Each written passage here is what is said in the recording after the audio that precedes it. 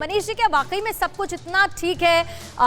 Confidence है, ये बहुत अच्छी बात है, लेकिन ग्राउंड पर जब आप जाते हैं तो बड़ा मिक्स रिएक्शन आता है। अगर आप किसानों से बात करेंगे, अगर आप जाटों से बात करेंगे, तो ऐसा नहीं है कि सब कुछ ठीक हो चुका है उनके बीच में। अभी भी कुछ नाराजगी तो बरकरार है ही। ये आपके पास रिपोर्ट्स आती हैं क्या ऐसी, मनीष शुक्ला जी? देखिए, दो बातें हैं। चर्चा के पहले दौर में हमने बताया कि इन 11 जिलों में भारतीय जनता पार्टी ने काम क्या किया है।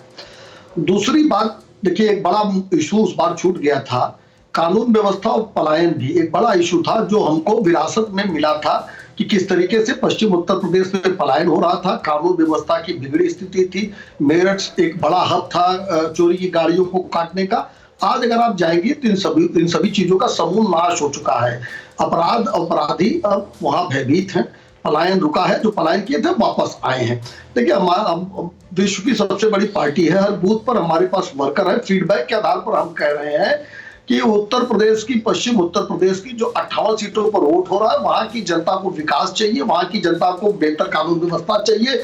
पलायन कराने वाली सरकार नहीं चाहिए, दंगा कराने वाली सरकार नहीं चाहिए, आतंकवाद को प्रोत्साहित करने वाली सरकार नहीं चाहिए। इसलिए योगी आदित्यनाथ और भारतीय जनता पार्टी की सरकार चाहिए। और इसी आधार पर वोट पड़ रहा। मैं 5 सेकंड में बात और जरूर कहना चाहूंगा कि लोकतंत्र के इतने बड़े पर्व पर जब चुनाव आयोग और सभी राजनीतिक दल ये अपील कर रहे हैं कि सभी लोग मतदान करें, तो एक खबर हमारे सामने है कि आप तस्दीक करिएगा कि जयंत चौधरी जी अपना मतदान नहीं कर रहे हैं।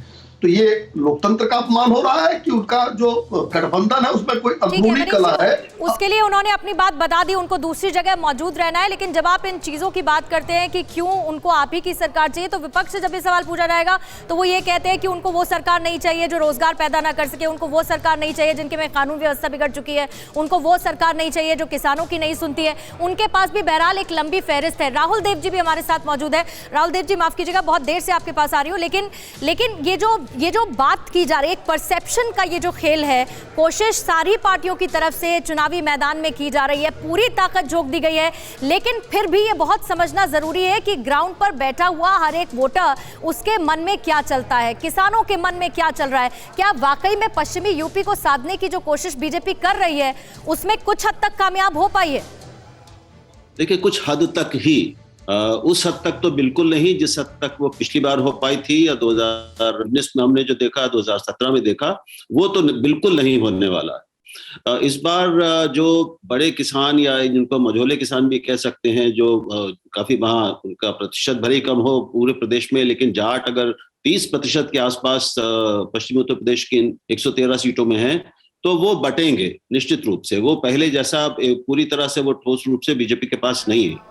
बीजेपी के पक्ष में कुछ बातें हैं, कानून व्यवस्था का जो एक परसेप्शन है वो उसके पक्ष में जाता है, विकास का, इंफ्रास्ट्रक्चर के काम करने का, सड़कें बनाने का, फ्लाईओवर्स का, उसके पक्ष में जाता है। लेकिन बेरोजगारी, किसानों का मुद्दा और महंगाई, ये 3 बहुत ठोस मुद्दे हैं, ये उसके पक्ष में नहीं जाते। इसके अलावा जो वहां पर जातीय समीकरण हैं और जातियों के भीतर भी उपजातीय समीकरण हैं, वो भी अब पिछली बार की तरह एक हवा में बहने वाले नहीं दिख रहे।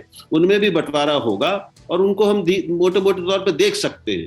जैसे एक मुस्लिम वोट एक बहुत बड़ी वहां पर ताकत है, वहां के 58 सीटों में 113 में, जिसमें आप मान सकते हैं कि 30% अगर मुसलमान हैं, तो इन 58 जिलों में, चुनाव क्षेत्रों में, तो वो इस बार किधर जाएंगे? क्या बटेंगे या वो कम बटेंगे? मुझे लगता है कि इस बार वो कम बटेंगे। उनका दिमाग पहले की अपेक्षा ज्यादा साफ हुआ है। वो सपा रालोद के पक्ष में जाने वाला एक तत्व है।